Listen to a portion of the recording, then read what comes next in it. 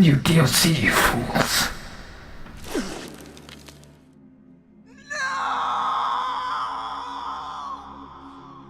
Frodo did not take kindly to the news of the new Battlefield 1 DLC, They Shall Not Pass. It reminded him too much of Gandalf the Grey. It hurts, he said. But he will try to enjoy it nonetheless. Yes.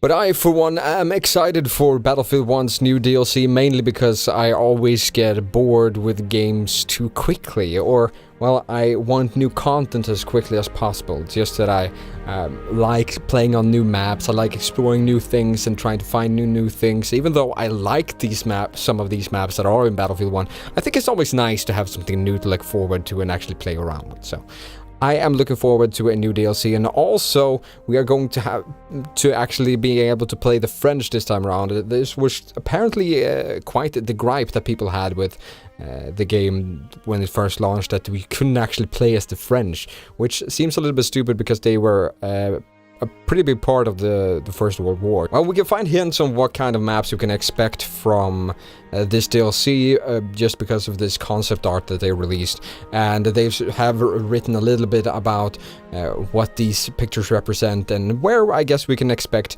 these maps to be set. And if they haven't released that much information, but I thought it was interesting enough that we could actually talk about it. Seems like they're trying to make a big map that is literally on fire, that is supposed to be set at the Battle of Verdun, which is a iconic battle. We have the I think it's called Verdun, the game, where you have trench warfare and so on. It's supposedly quite fun if you like that kind of game, which I sort of do. I haven't played it myself, but it probably should be something that I should check out. And it's apparently going to be set around the first initial battle that is known as Devil's Anvil. It's also gonna be some part of this taking part in Fort Vaux, or Fort Vaux, or Fort Val, depending on what kind of pronunciation we want to do. I'm not entirely sure how to pronounce that, but that's how I'm going to pronounce it. Alright.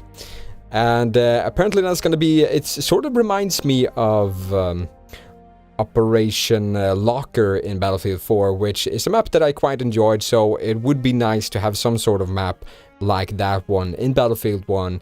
I know some people are more for the open map size, but I do enjoy Operation Metro and Operation Locker just because of the different play styles that it talks to. Just because it's a little bit more narrow and it's a little bit more focused on lanes and so on. I like it. Hey, I like it. They also written a little bit about battling around key bridges over the Seine River, or Seine, or however you pronounce it. This pronunciation thing is getting to me. It's getting to me. Around the village of Fismes, or Fismes, if you're gonna pronounce it just straight up in the wrong way. So there's gonna be a little bit more here than what we have seen before, and it actually looks really cool. I'm looking forward to seeing what they could come up with these different new maps and concepts, and it's also going to be interesting to get new weapons to play around with. Something that you guys could probably check out if you haven't already, and if you didn't know that it actually existed, is that there's a rifle-only custom game mode. A couple of servers, one of the YouTubers that I follow, Jack Frags, has a own personal server, which you can check out if you want to play a more, maybe, authentic World War I experience with rifles only. I have played it a little bit and I enjoy it. It's something different from the base game, which is not that authentic, to be honest, but hey, it's mainly a game that is inspired by World War I, even though they try to claim it, like sneak in claims that it is authentic, but well, we all know that it really isn't. It really isn't. Thank you for watching. Until next time, goodbye.